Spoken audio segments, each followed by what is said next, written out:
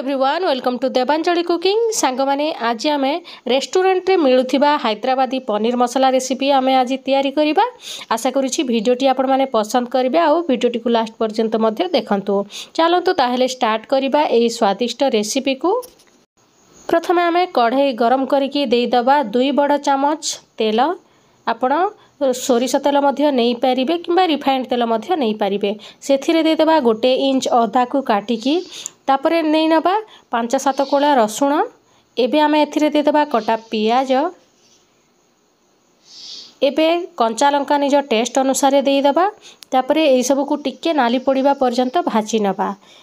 एई पियाज रसुण अदाटा आम मसला पई तैयारी करूचे। देखंतु टिके नाली पड़ी आसिलानी याकू आमे प्लेट को काढ़ी नबा आउ ठंडा करी नबा। ठंडा करिकी ही ग्राइंड करिवे नहले मसलार जो फ्लेवरटा पूरा कमी जाई थाए। जमारो गरम गरम आपण ग्राइंड करिवेनी।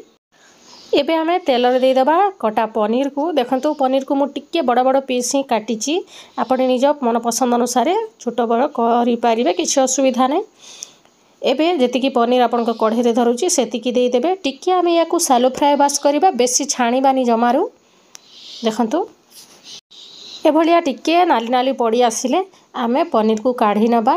देखंतु याकू जमारू आपण पानी रे पकेइबेनी, एम्ति नॉर्मल ही रहिबो, बहुत सॉफ्ट रही थाए। एबे याकू मध्य काढ़ी नबा। सांग माने प्याज रसुण भल भाबरे ठंडा हेई गलानी। जो मसलाटा आमे छाणी थिले सेथिरे धनिया पत्र और पुदीना पत्र नेकी ग्राइंड करी नबा। एबे आमे से कढ़ई रे दे दबा 1 चामच जीरा। जीरा भल भाबरे फुटी आसिले एबे आमे दे दबा एथिरे 2 पीस खंडे दालचीनी, बहुत बढ़िया फ्लेवर दे थाए। तापरे दे दबा एथिरे लवंग आउ गुजराती 2 पीस दे दबा। तापरे बनेथिबा पेस्ट को आमे एथिरे दे दबा। एबे से ग्राइंडिंग जार रे अल्प टिके पानी देकी मध्य एथिरे दे दबा। भल भाबरे मसलाटा हमर भाजी हेई परिबो।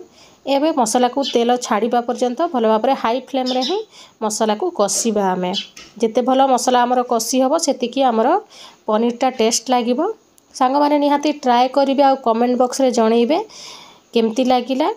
एबे देखंतु एठी मु 1 चामच दही नै जाईची, सेथिरे 1 चामच दे देबी धनिया गुंड। तापरे याकू भल भाबरे मिक्स करि नबा। एबे आमे कढ़ई रे ए सब को पकेई दबा। फ्लेम को पूरा लो करी देबे जेतेबेले दहीटा पकाउथिबे, काहेकि दहीटा छिंडी जीवार संभावना थाए। भल भाबरे मिक्स करी नबा।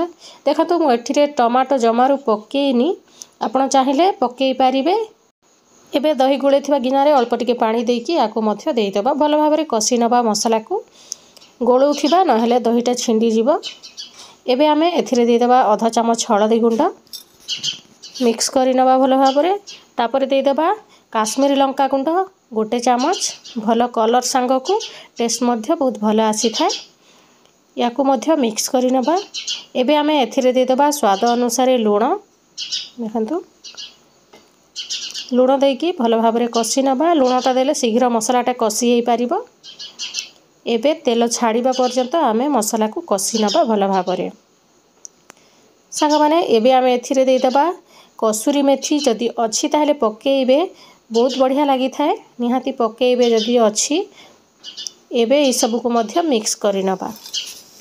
एबे देखंतु मसलाटा बढ़िया भाबरे हमर कसी हेई गलानी, तेल भी छाड़ी आसिलानी। एबे आमे छाणी की रखिथिबा पनीर को एथिरे देई दबा। एबे सब को भल भाबरे मिक्स करि नबा। देखंतु किछि समय मसला सहित आग कसी नबा। सांग माने चैनल रे जदि नुआ अछंती ताले प्लीज चैनल को सब्सक्राइब करि देबे भलिया नुआ नुआ रेसिपी देखिबा पाई। एबे पनीरटा भल भाबरे कसा सरीची। एबे आमे एथिरे छोटो ग्लास रे 1 ग्लास पानी दे दबा। टिके बहलिया ही रहिबो, झोलटा बेसी झोल रखिबानी, काहेकि ना आमे रेस्टोरेंट स्टाइल रे बनौछु। आपण चाहिले रखि परबे, किछि असुविधा नै। किंतु रेस्टोरेंट रे तो सेमती बहला ही थाए, जेहेतु आमे रेस्टोरेंट स्टाइल बनौछु तो आमे अल्प टिके ही पानी दबा, बेसी दबानी। एबे लास्ट को दे दबा गरम मसला। पनीर मसला जो आसे सेटा मध्य आपण देई पारिबे। मो घर तयारी गरम मसला एथिरे दउची। याकू आउ किछि समय फुटिबा पई दबा। अल्प समय ग्रेवी सहित पनीरटा रहिले भल लागिबो। तापरे एबे दे दबा लास्ट को धनिया पत्र। देखिला ना सांग माने केते सहज रे हमर प्रस्तुत हेई गला हैदराबादी स्टाइल पनीर मसला। निहाती ट्राई करिवे। थैंक यू फॉर वाचिंग सांग माने।